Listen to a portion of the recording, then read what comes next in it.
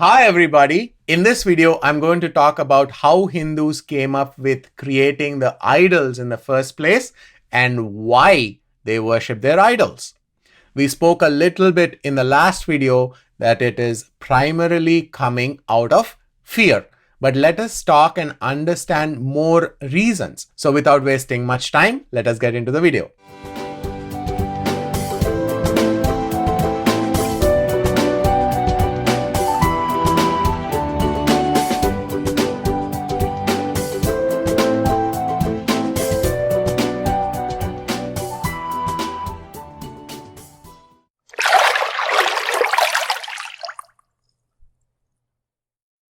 My name is Andy and you're watching Gospel in Action. In this channel, I strive to teach all about the Bible, the prophecies, and Hinduism from a Christian perspective.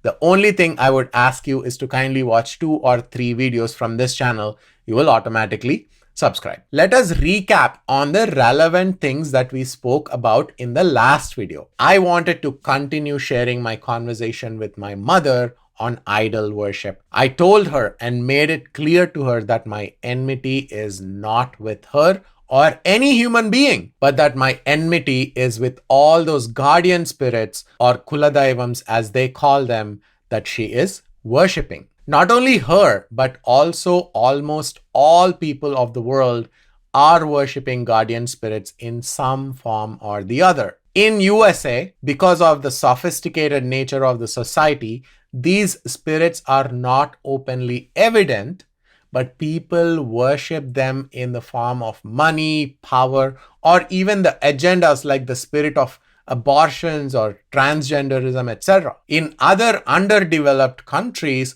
we see more evident form of this evil worship in the form of witchcrafts, psychics, necromancers, etc. Don't you see that they worship some form of a deity in all those practices? How do you think they get these psychic powers otherwise? All these evil things exist in this world and the Bible acknowledges it. But we as the children of God must never entertain such things in our lives. The Bible clearly prohibits us, especially in Leviticus chapter 19 and verse 31.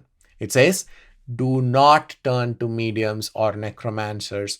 Do not seek them out, and so make yourselves unclean by them. I am the Lord your God." Anyway, I asked my mother, why does she worship her guardian spirit, who is a goddess in her hometown? My mother literally calls this goddess her mother because she is considered the mother of all the people of that particular town, according to the belief of the people in the town from several generations. My mother answered saying that she worships her because that kind of worship teaches her how to respect her own mother better, or that she would know, acknowledge, and would be able to appreciate the sacrifices of all the mothers in general. So I asked her who even taught her this concept that if she worships an idol, she would be learning and appreciating mothers. She said that her ancestors taught her that. So in short, she meant to say that her ancestors imagined, created this goddess, developed a story around her, built an idol, and established her in that particular temple for everyone to worship. My mother openly admitted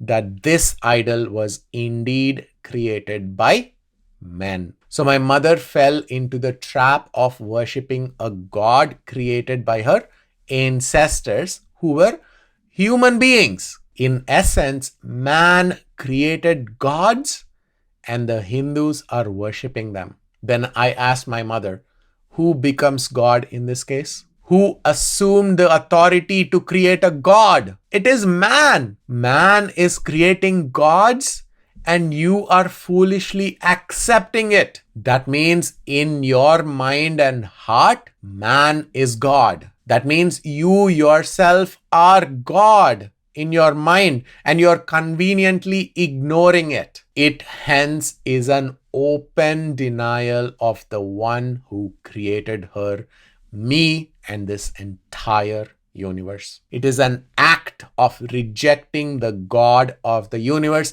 and accepting gods created by mere mortals. How unfortunate is that, right? Now, let me ask you this question. Where do you think the initial thought of creating a local God came from? Is it not from Satan? If Satan has initiated it, don't you think that idol will have certain powers as well? Yes, that is what is the role of these spiritual forces of evil, which the Hindus are calling guardian spirits. So, as I said in the last video, the only way we can reach and win these Hindus to Jesus Christ, hence, is to love them. The Bible says in 1 John 4 and verse 18 that only perfect love casts out fear. There is no other way. And for people like my mother, of course, she needs love, and all she needs is also to witness the deception. For that to happen,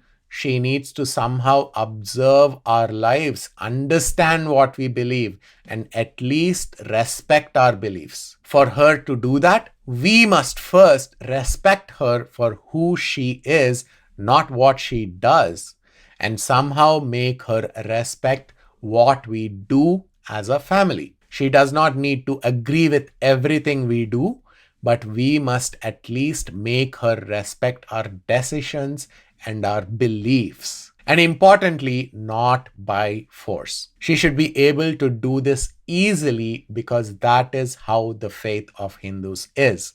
On top of that, we must never be pushy. If we are pushy, she will be driven away and away from Christ, as she will use it as a reason to never leave her faith, rationalizing in her mind that her faith is the greatest, as it never converts or, in her words, recruit anyone. So I hope I made some sense in this video.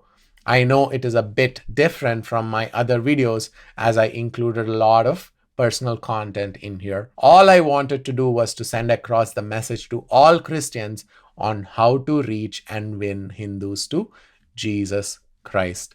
God bless you all. I will see you in the next one.